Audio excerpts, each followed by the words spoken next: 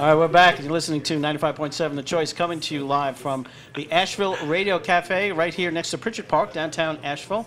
I think we got a little break from the sirens for a couple of minutes anyway. And going to hit up with our last interview of the evening before we start our night's music. And I got Sean Michel here. How you doing, man? Doing right, thanks. Now, we met, I think it was about a month after I got the radio station last year. Yeah, You were passing through town. It was about this time last year, I think. Yeah, it was about this time last year, and we were in the little house next to the railroad tracks. See, Yeah. we traded the blast of a locomotive engine for a fire engine. I just can't seem to get away from the noise no matter what I do. Yeah, it was pretty loud over there. It was pretty loud, yeah. The whole building would shake. But anyway, it was a good start, and we ended up moving down here after Blackshaw. We did a live remote here during Blackshaw, which is a big music festival here in Asheville, and it went over so well that last October we permanently moved the radio station into the front window of the cafe. So it's been a great blast. location. Yeah, it's really cool. Did you? I think you played here when you. Yeah, I did played you here play last year. Okay. I guess the day after, or the day we had the radio interview with you guys. Okay. So. See, we did that just to make it more convenient for you. So when you do the radio interview, you don't have to go anywhere. You just go on stage. Yeah, it's great. It was all about you, and one-stop made it shop easy. right here. Exactly. So we want to talk about your project. We're not going to talk about American Idol tonight. Oh, really? No. Oh, man. Let's talk about the project. You know, that's those blessings and curses that, that launch. I got a friend that was a finalist on Can You Duet on CMT. Awesome. Yeah. And it haunts him to this day. It's a blessing and a curse, kind of launch some things, but at the same time, that's what anybody wants to talk about. But we're not going to talk about that. Okay. We're going to talk about the fact that you actually, on this project that you've got here tonight, produced vinyl. Yeah. So you had me at vinyl, all right? Okay. I'm a vinyl guy. So. Yeah, old school. Old school. So as you can tell by some of the stuff that's hanging up around here. So tell us a little bit about the project, because it's a little bit different than the way things are normally produced, and I want you to share some of that because it's important. Well, last year actually when we came to your radio station, we had just pretty much came out with our first project where we experimented with doing everything analog and vinyl. And it was called Back to the Delta, and we went back to our roots of gospel Delta blues influenced music, and we stripped everything down. We're an electric band, but we stripped everything down and did everything live to tape, mixed it live to tape in a 100-year-old church, and that's what we sent you last year. Yep. Well, we toured on that for a few months as a 3-piece electric band, because that's what we are normally, and those songs begin to morph and shape into what is called rock and roll, I guess, which is what happened in history naturally with the blues once the electric guitar was invented. And so we had the idea of, well, let's take a few of the songs from the record, redo them in a studio live to tape again, but with a 3-piece electric band. And we took 5 songs from Back to the Delta, put them on this album, and we wrote 6 new ones, and we called it Electric Delta. So it's kind of just a natural progression of the last project. And we did everything live to tape again, and it was just a phenomenal learning experience for both projects, just about all of it. I mean, the science of sound and just emotion and how that is picked up within the medium of analog as opposed to digital, and so it was a really good learning experience. Yeah. Now, what did you listen to growing up? I mean, you're from Arkansas. I'm originally from New Orleans, Louisiana. I was going to say it's that little more music influence there. Yeah. Well, growing up, I listened to pretty much all black music. I didn't even really realize white people made music until I was in high school, and so for me, I honestly was a bit racist against white people, and I seriously hated white music. I hated rock and roll, and I listened to a lot of R&B and stuff like that, so I was heavily influenced by that singing-wise. And then when I got into high school and moved to Little Rock, I had friends who were in bands and starting bands, and that was rock and roll, so I started having to delve more into that. And then I began to grow to love it and learn to respect it and just be heavily influenced by it. And those two genres kind of came together. So, rock and roll suffered from the same illness that a lot of music suffers from today, is because there was pure rock and roll, and then there was radio rock and roll. And you have to distinguish between the two. And the glam rock and the exactly. And we were just talking here the other night with the passing of Richie Havens. Who was just a real a lot of people don't even know who he is, but in case you don't, he's one of the original players at Woodstock in 1969. And he was supposed to, we were just kidding around with it with a couple of friends the other night. He was originally supposed to do a very short set, but because of all the traffic getting into Woodstock, he ended up having 2.5 hours to play. So, and it really put him on the map. So Yeah. it's one of those serendipitous moments where That's awesome, the yeah. other band was late, and you get 2.5 hours on stage to do That's whatever you great. want to do. And he just improv things and continued to play throughout the years. And he just passed away the day before yesterday. But a real originator of heart and soul music that Yeah. kind of Did he sing flew the Freedom into, song? Is yes, that- he did the okay, Freedom yeah, song. that's Yeah, we're amazing- gonna load it amazing into tune, the yeah. into the playlist for the weekend as a tribute. Yeah, to that was a him. real powerful moment. I watched some of the Woodstock movie, and that was a pretty powerful moment in the. Yeah, real turning point. So again, the black gospel roots kind of morphing into some rock or his version of. Well, yeah, how and all rock the would best be. rock and roll in history, honestly, came from the Delta region, Mm-hmm. and it is really kind of considered the soul, I think, of America, and it's just amazing how it spawned all of the great American music from country to even bluegrass. I'm sure had some of that influence in it, and then obviously rock and roll. Yeah, yeah. So yeah, there's a deep, rich heritage there that when you listen to it, I mean, it grabs you, in a certain way that a lot of other music doesn't or can't do that, So, Yeah. and it just happened to grab me, so And here you are. yeah. And now I'm in this cafe. Well, cool. Let's play a little something. What are you gonna do for us first? Well, I'm gonna play something new that Okay. I haven't really played much of. So. All right. Very cool. Very cool. If you're just joining us, you're listening to 95.7 The Choice. Coming to you from the Asheville Radio Cafe. My guest right now, Michel, and going to play something brand new for us. Try and make sure the beard doesn't play the guitar with me, so.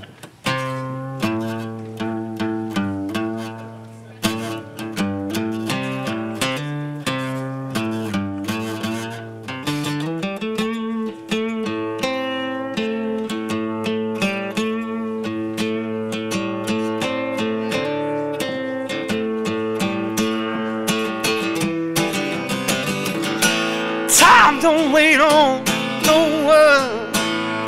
Best get ready, 'cause here Lord come. Time don't wait on no one. Best get ready, 'cause here Lord come. Here our Lord come. Here our Lord come. Here our Lord come. Here our Lord come.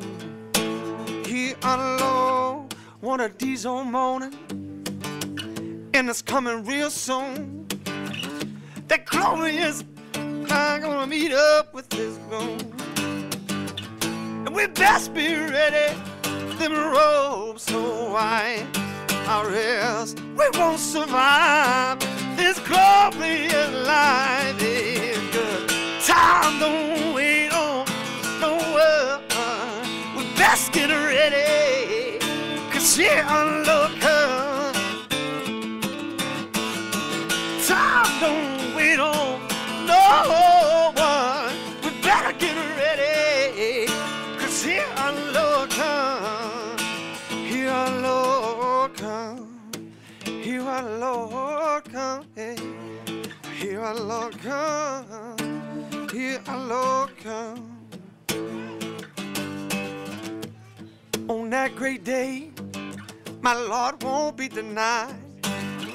With a sword in his mouth and that fire in his eye. And you know the wicked, listen, they won't even be able to put up no kind of fight when they see King of Kings and Lord of Lords tattooed on his thigh. Hey, hey, time don't wait on no one.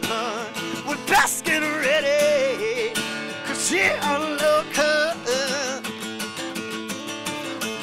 Time don't wait on no one. You better get ready, 'cause here our Lord come.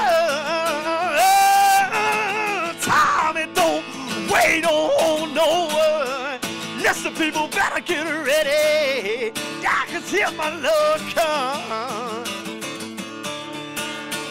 Time don't wait on no one. We better get ready now, 'cause here my Lord come. Listen, people. Here my Lord come. Here my Lord come. People, listen. Here my Lord come. Here my Lord come. Ooh, here my Lord come. Ooh, here my Lord come. Here my Lord come. Here my Lord come. Here my Lord come. Listen. Come on now. Come on, Lord. Come on, Lord.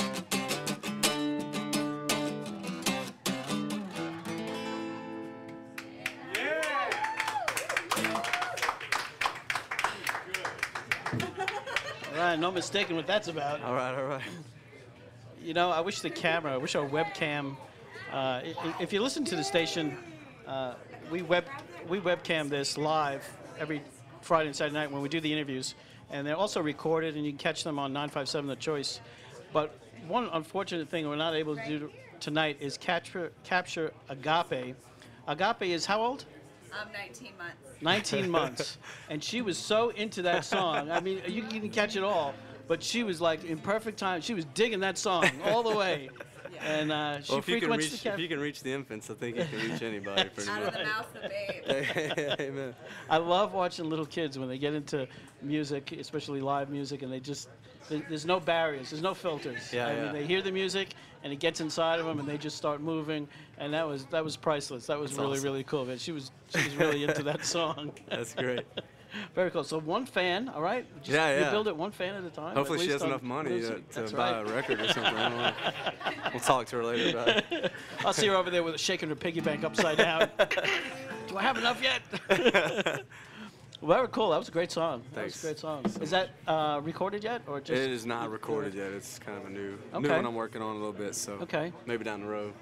So the second project had 5 from the original, and what was the mixture?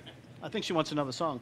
The new songs that you added to the second project, what kind of influences? And I mean, we'll get to hear some of it tonight, I'm sure. But Yeah. where did you pull that out of? And was it part of the first project with a little bit added to it, or was it just a shift change in what you did the first time around? Man, it's weird. This is just for me, I guess, how I feel like God kind of prepares all of us as a team to be ready for like what's going to come inspirationally. And so we took five of the best songs we felt like as far as live was concerned with the band to put on the new record. And then the other songs just kind of naturally flowed around, just happened to be around the same time we realized like, hey, let's start writing a record. Okay. And so it all just kind of fell into place. But a lot of the influence, I guess, for me on the newer stuff was anywhere from just like straight rock and roll, old school rock and roll stuff to people like Buddy Guy and Mavis Staples. And Okay. so on several songs, it's pretty much just not really ripping them off, but I mean, it's a lot of inspiration from them. And even aspects of like Johnny Cash and just kind of that toe, foot stomping kind of thing. And so it was all kind of blended together. And that's the weird thing about this new record. It's kind of all over the map as far as, from start to finish. It's a little bit of everything. But I think we were able to pull it off to where it's still cohesive, and it's not just, just random shooting guns everywhere, but it holds together nicely. So. Looking forward to hearing it. Looking forward to it. What and compared to the first project, the being more of a studio environment than the church, how is that different for you, as far as just the atmosphere and then the technical sides? Yeah, that's a good question. I mean, like on the first project, honestly, both of these projects we'd never done before. So like we'd never done things like this before. We were always used to Pro Tools and you just track things separately. But the church, it was like wide open. I mean, as far as we we were there for 2 days. We did 18 songs in about 2 days, and we did about 13 hours a day. So once we got in a group, and he mixed everything live to tape. So it wasn't like we went back later and added tracks. I mean, what you hear on that record is what happened in the moment. Yeah. And so, you know, it was very like, once we got in the groove, we just started rolling and just cranking songs out, doing like 2 or 3 times a piece, and then we'd take the best take. In the studio, we went to this guy's studio and recorded. It was a lot more controlled. We were in 2 separate rooms, but we could see each other, and we had the headphones on, and so it was all live to tape as well. But we went back and did post-production stuff or whatever. But still the same thing there. So it wasn't pure studio in the sense of one track, then do the next track, then do the Yeah, next yeah, track. yeah. We didn't do separate tracks at all. I mean, a bulk of the album is the 3-piece, drums, bass, and guitar, and my vocal, all at the same time. And then we built off of that. You know, sometimes we come in and add an extra guitar here or there and some background vocals or some tambourine, but for the most part, the bulk of it is, and some of it was done in one take, or some of it was done, a majority of it was done in one take, and we just added stuff later. So it was as pure as we could get it, you know, and that was pretty cool too, because we still had the same work ethic. We did it in about 5 days this time, but we did about 13 hours a day. And I mean, once we got in there, man, we had it mapped out, and we just started cranking them out. And once you get in that system, you kind of just stay there and try to get as much done as you can. It's kind of funny because of the interaction that we've had with musicians here and so on through the years. In particular, what I would call real rootsy, non-overproduced. There's certain things that you find that a musician can't duplicate when they go to track something. It just can't happen. Yeah. Some singer-songwriters, I mean, if you take the guitar out of their hand and say, okay, now we're just going to do the vocals. Just they do the can't vocals. do it. Yeah. It just can't happen. Well, and that's been the problem. It's a technical nightmare for an engineer, but if you want that quality, sometimes you just can't get that feel and that vibe. Well, and that's the by thing. doing it in a sterile environment. I agree, and I feel like that's why this album was able to really capture. The problem was with people who had been following us for a while, they were never able to. We never had an album that was like, this is who we are. Right. You know, and so they were longing for that. They were like, man, I've seen you live so much, but like, man, your albums just kind of suck in comparison. Yeah. And, you know, and I understood that. Yeah. And so we really shot for that this time, and because it was done live, and we had an engineer who knew how to do that, you know, and I could sing while I was playing and really feel it and everything. Yeah, and you could see the other band members. Yeah, could exactly. Yeah, we could see I each always other. said the ideal recording studio is one with, you know, total isolation booths built completely out of glass, about 3 feet away from each other. Yeah, yeah. And we can still rock it out as hard as we do, and you can feel that on the record, you know. And the cool thing was the way they had things set up in the studio that we did is in Nashville, a studio called Welcome to 1979, and Chris Marr runs it, and it's all analog based. But he has things wired in such a way to where it's a 2-story warehouse. So we had 4 different drum kits, we had lots of different amps, and so it wasn't just us in one room cranking out a bunch of songs. Right, it still sounds like an album because we use different drums for different tones in different parts of the warehouse, but we could still work fast enough to where we could get it done, you know. And so it actually sounds like a legit album, and not just like, it sounds like a live album, but it still sounds like an album as well, if you know what I'm saying. Yeah, exactly. Okay, how about one more tune before, you know, we usually do 1 or 2 songs in the interview, but I'm really feeling like maybe we do one more song before we close out the interview. Is that cool? Can we do that? Yeah, that'd be good. Your choice, man, whatever you want to do. Again, you're listening to 95.7 The Choice, coming live from Asheville Radio Cafe. My guest right now, Sean Michel, who's going to be taking the stage here a little bit later this evening. And you can catch this show live. And while we're at it, what's the best way for people to reach you before you get into this song? Man, as far as like checking out the new album, they can go to www.electricdelta.net. Electricdelta.net. Yeah, and that'll shoot you to everything about the album and where you can get it and Real easy to everything. remember. So, Okay, yeah. cool. Sean Michel, here we go. Thanks, man.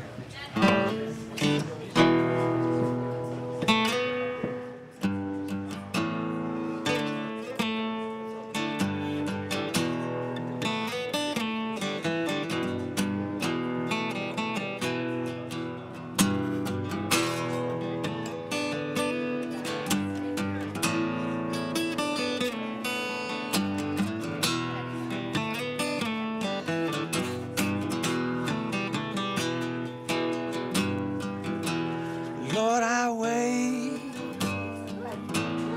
on my knees. Come and save me, Lord. Infidelity Lord, I want to be so true.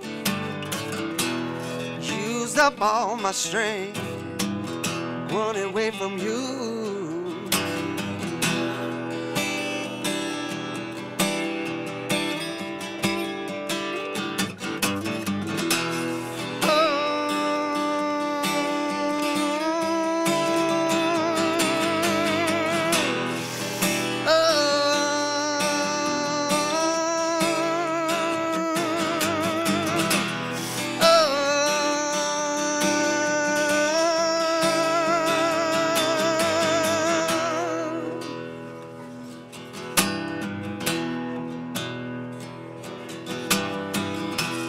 Lord, I wait till kingdom come, when bride and groom will join as all together one. Spirit and flesh will penetrate when you come into us on Resurrection Day.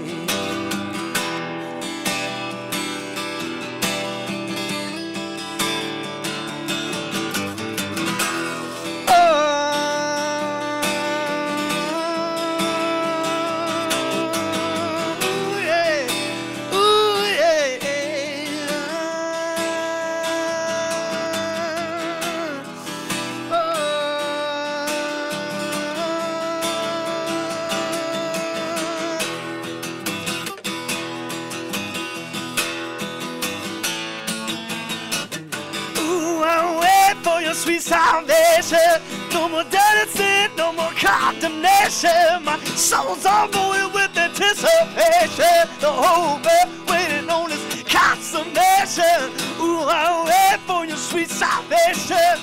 No more dirty sin, no more condemnation. My soul's on board with anticipation. The whole world waiting on this consummation.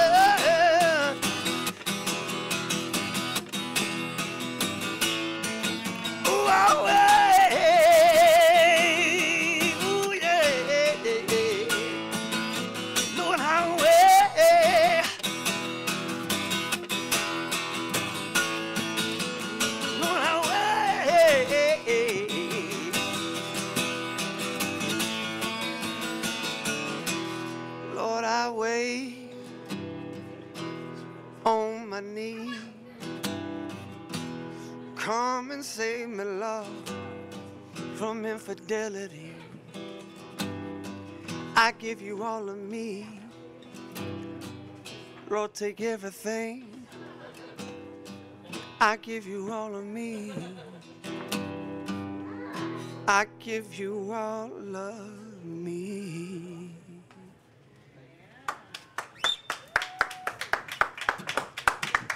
All right, Sean. Nice. Thanks, man. Nice. Well, you won over another fan. All right. My sound guy Calvin is from New Orleans. Oh, awesome. So yeah, he came out of the booth, man. He was glued to it. He was glued to it. Homeboy. He's my homeboy, man. Now we got Kelvin and we got Agape. So we're on a roll here. One at a time. That's Just it. One kidding, at a time. Very cool. Very cool. Yeah, see, Calvin's having a good time. All right, that's our lineup for tonight. We're going to be kicking that off here in a few minutes. We've got Lauren and Jonathan going to kick things off. Christina Benton and Sean Michel. Hey, man, thanks so much for Thanks coming for back having to us. the Appreciate cafe. it, man. And It's we awesome. just love having you here and Appreciate keep it. us on the list. And Yeah, for tell sure. Bruce and everybody in Nashville we said hi. And All right. we'll keep it rolling. All right, Thanks so much. Here we go. All right.